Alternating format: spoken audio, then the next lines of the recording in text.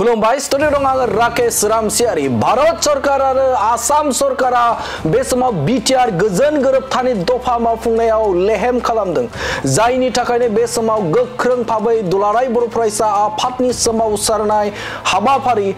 लानायखौ बाथ्रा बुंथिदों बिथां इउबिपिअनि आफादगिरि बिथां मनरन्जन बसुमतारी बिथाङा। मनरन्जन बसुमतारी बिथाङा भारत सरकार आरो आसाम सरकारखौ बिटिआर गोजोन गोरोबथा बे गोजोन गोरोबथाजों फैफानाय BKWSC नि जाखिनि मावनो गोनां जे बिबान बैफोरखौ मावफुङाखै होननानै बाथ्रा बुंथिदों एबा मावफुंनायाव लेहेम खालामदों, गोसो होआखै होननानै बाथ्रा बुंथिदों बिथां इउबिपिअनि आफादगिरि मनरन्जन बसुमतारी बिथाङा। मनरन्जन बसुमतारी बिथाङा फोरमायथिदों जे बे समाव BKWSC नि जे सीमा थि खालामनाय आरो बेनि अनगायैबो कार्बि आलंनि ST स्टेटास होनाय आरो बिटिआर नि बायजोआव थानाय जे बर' रायजो राजाफोर बे बिथांमोननि थाखाय जाखिनि BKWSC महरै गायसना होदोंमोन, दा बेनि दफाफोर एबा बे समाव गामि सोसननायनिफ्राय लानानै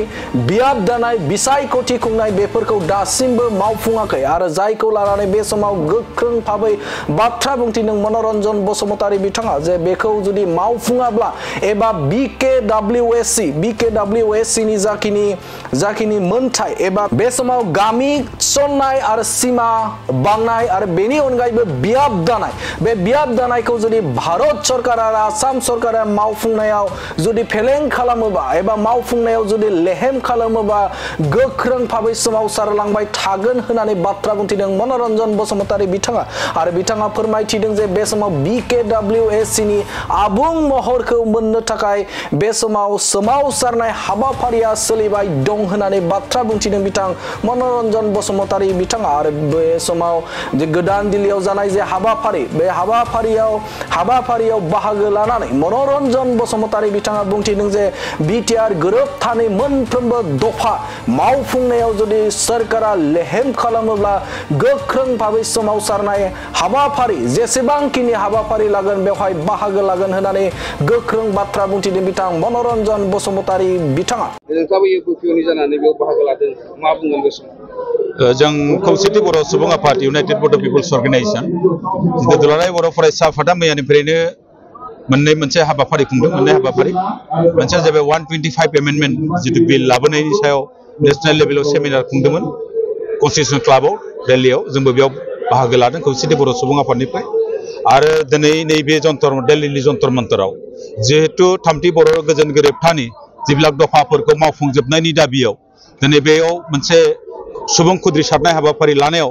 जों जयैनो जिहेतु सागानगिरि आफाद हिसाबै दुलाराय बर' फरायसा आफाद NDP नि मोनब्रै बाहागो आरो खौसेथि बर' सुबुं आफाद, जों बेयावनो बे दाबिफ्रा जाहाथे जाफुंजोबो बेनि थाखाय जोंबो दुलाराय बर' फरायसा आफादजों हेफाजाब होनो बेयाव फैदों। आरो हाबाफारिया जाफुंसारनायनि थाखाय नोंथांमोननि चेनेलनि गेजेरजों दुलाराय बर' फरायसा आफादनिसिम आंनि गोसो गोरबोनिफ्राय साबायखरखौ बावहरदों। जिहेतु बर' कसारि अट'नमास काउन्सिलाव गोबां जेंनाफोरा दासिम नुजायाखै, बिटिआर एकर्डनि गेजेरजों जे मोननांगौ मोन्थायफोर बेखौ मावफुंनांगौनि थाखाय सरकारनिसिम नोंथाङा माबायदि डिमान्ड खालामो? जिहेतु थामथि बर' गोजोन गोरोबथानि गेजेरजों जिहेतु 2020 मायथाइनि 27 जानुवारियाव जि सुक्ति जाबाय, बे सुक्तिनि मर्मै बिटिआरनि बायजोआव रायजो जानाय गं 22 जिल्लायाव रायजो जानाय 10 लाखनिबो बांसिन बर' सुबुंफोरनि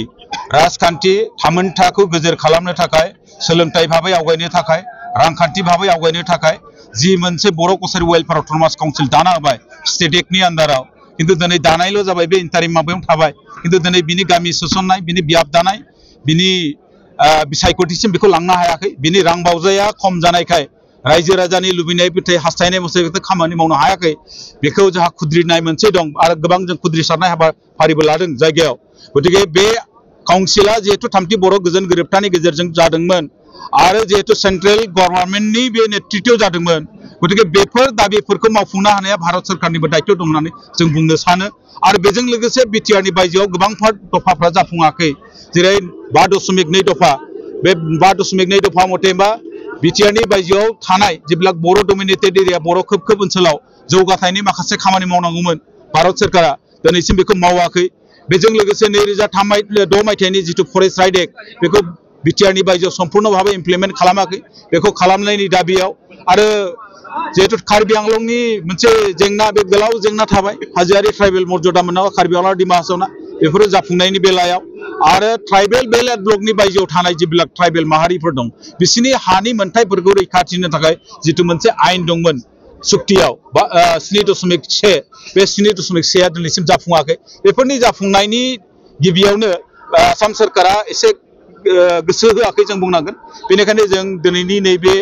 दुलाराय बर' फरायसा आफादनि जिथु सुबुं जांख्रिथायनि हाबाफारिनि गेजेरजों भारत सरकारनिसिम मोनसे खावलायनाय जिहेतु सुक्तिया जिहेतु भारत सरकारनि तत्ताबरनाव जादोंमोन गतिके रिक्स एन्ड रेसपन्सिबिलिटि भारत सरकाराबो दं बेखौ मावफुंनो थाखाय भारत सरकारखौ नोंथांमोननि चेनेलनि जों हास्थायदों खावलायदों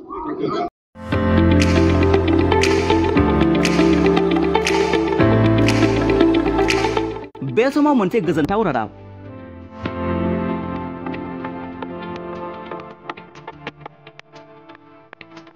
क'क्राझार सहरनि जेडि र'डआव थानाय आसाम अइल पेट्रल पाम्पनि उल्था फारसे निप्पन लाइफ इन्सुरेन्स मावख'आव इन्सुरेन्स मेनेजार पस्ट पार्ट टाइमनि थाखाय आरो एआरडिएम एमपि एबिएम फुल टाइम मासिफोरनि थाखाय लांदां जानानै दं बेनिखायनो बे लांदां जानाय मासियाव थिसनथाया सोलिगासिनो दं नोंथाङा दानारि बेथनखौ मोननो हागोन 20,000निफ्राय 50,000 रांसिमाव लोगोसे साख्रि आवलायारि प्रभिडेन्ट फान्ड एबा इपिएफनि सुबिदाबो आरो मेडिकेल कभारेज खालामनो हानायनि सुबिदाबो दं